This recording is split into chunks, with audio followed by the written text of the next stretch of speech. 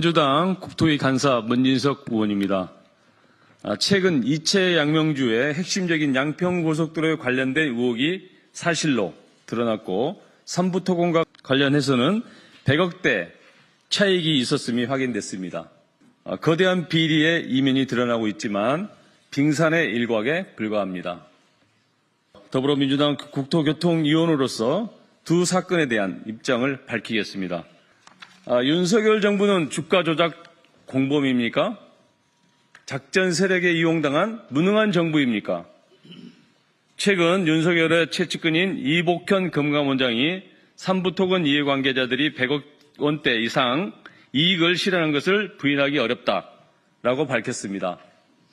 윤석열, 김건희 일가에 밀접한 관련이 있는 삼부토건의 주가 조작 의혹이 사실로 드러난 것입니다. 그 과정은 이렇습니다.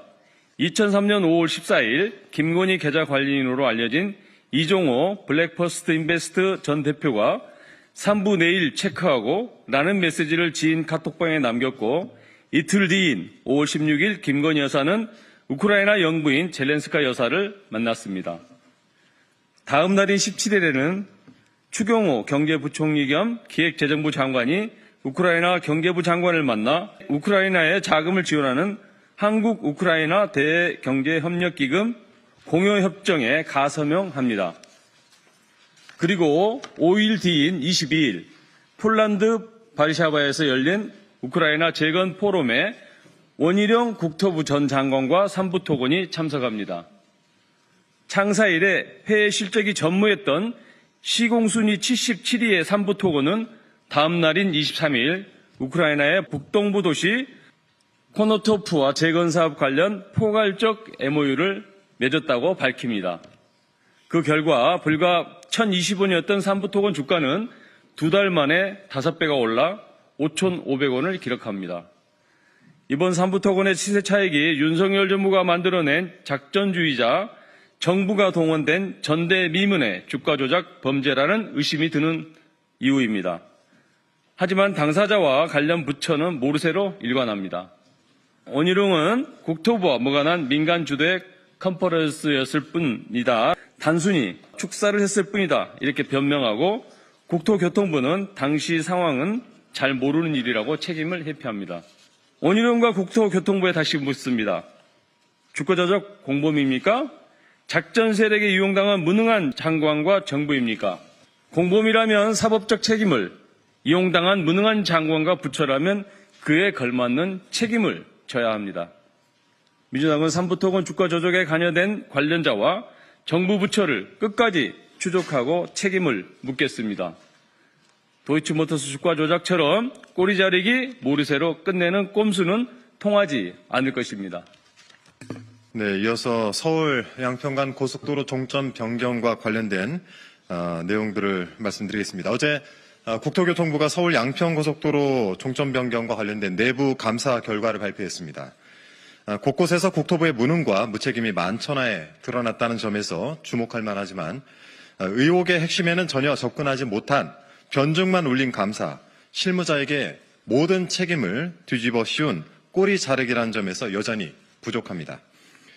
처분 요구서에는 의혹의 핵심인 노선 변경과 관련해서는 단 한 줄도 쓰지 않고 사업 관리를 소홀히 했다는 원론적 얘기만 가득합니다. 마치 백지화를 선언하며 의혹을 키운 원희룡 전 장관을 지키기 위한 부실감사란 의구심이 들 정도입니다.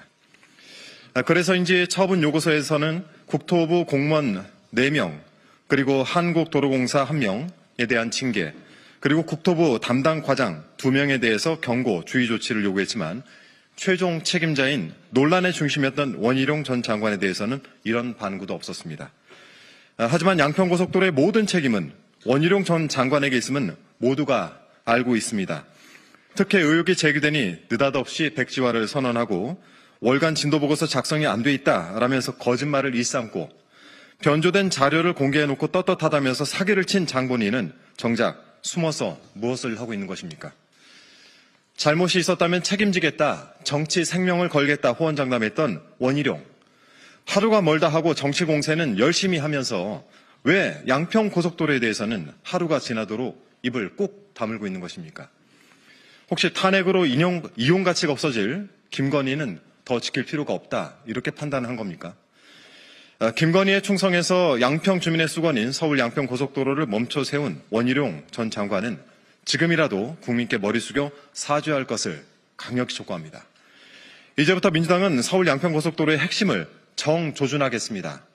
왜 종점이 김건희 일가의 땅으로 변경이 됐는지, 누가 이 사태에 개입했는지 명명백백히 밝혀내겠습니다. 그저 꼬로 자르기로 실무자 7명을 징계하는 꼼수는 더 이상 통하지 않음을 분명하게 말씀드리겠습니다.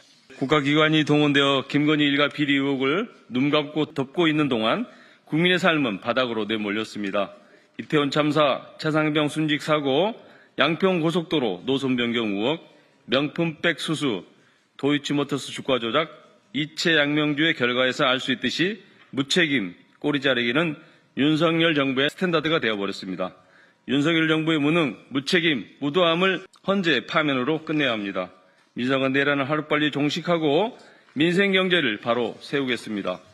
김건희 특검법으로 국정농단의 진상을 밝히고 불법과 비리를 처벌하여 무너진 나라의 기틀을 바로 세우겠습니다. 이상 기자회견을 마치겠습니다. 감사합니다.